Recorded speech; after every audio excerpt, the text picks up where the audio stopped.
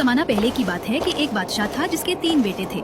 जब बेटे जवान हो गए तो बादशाह ने उन्हें अपने पास बुलाया और कहा, मेरे प्यारे बेटो, अभी मैं बूढ़ा नहीं हुआ, लेकिन मैं चाहता हूँ कि तुम सबकी शादियां देखूं और तुम्हारे बच्चों और अपने पोते पोतियों की खुशियां मनाऊं। बेटों ने जवाब दिया, अगर ये आपकी ख्वाहिश है अब्बा जान, तो हमें दुआ दीजिए। आप बताइए कि हमें किससे शादी करनी चाहिए। बादशाह बोला, मेरे बेटो, तुम में से हर एक को एक तीर लेना होगा और खुले मैदान में जाकर चलाना होगा। जहां जहां तीर जाकर गिरेगा वही तुम्हें अपनी दुल्हन मिलेगी। बेटों ने बाप को सजदा किया और हर एक ने अपना तीर लिया और खुले मैदान में निकल गए। वहां उन्होंने कमान खींची और तीर छोड़ दिया। सबसे बड़े बेटे का तीर एक अमीर नवाब के आंगन में जा गिरा और नवाब की बेटी ने वो तीर उठा लिया। दरमियाने बेटे का तीर एक दौलतमंद सौदागर के सहन में जा गिरा और सौदागर की बेटी ने वो तीर उठा लिया। लेकिन सबसे छोटे बेटे शहजादा ऐवान का तीर उड़ता ही चला गया, न जाने कहाँ। वो उसे ढूंढने के लिए चल पड़ा।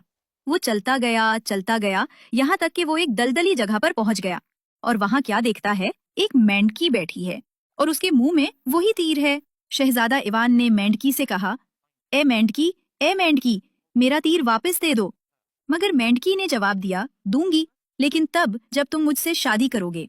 शहजादा हैरान रह गया, ये तुम क्या कह रही हो? भला मैं एक मेंढकी से कैसे शादी कर सकता हूँ? मेंढकी ने कहा, तुम्हें करनी ही होगी, क्योंकि मैं तुम्हारी मुकद्दर की दुल्हन हूँ। ये सुनकर शहजादा ऐवान बहुत गमगीन और दिल शिकस्ता हुआ, मगर वो क्या कर सकता था। आखिरकार उसने मेंढकी को उठाया और अपने साथ घर ले आया।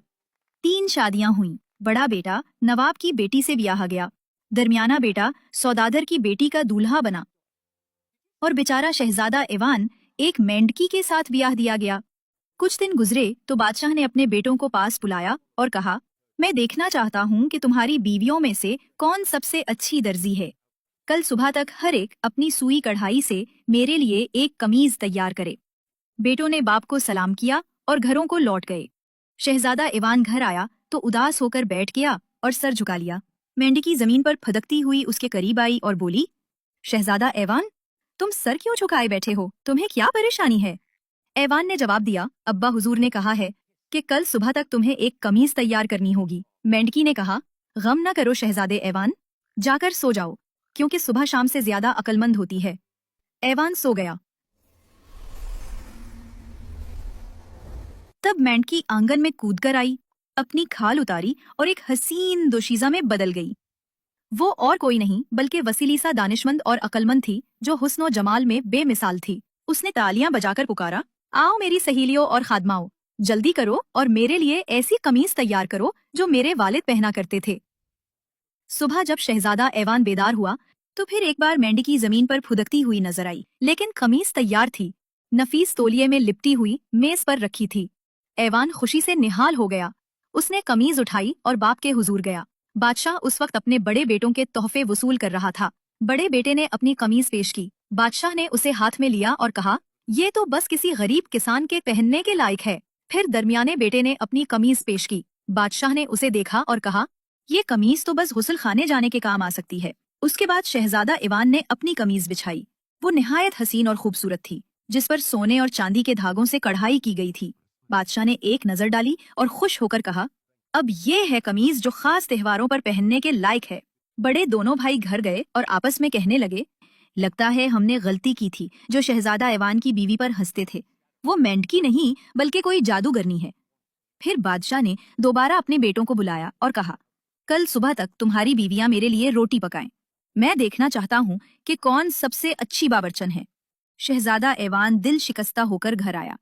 मेंढकी ने उससे पूछा, शहजादा ऐवान, तुम इतने उदास क्यों हो?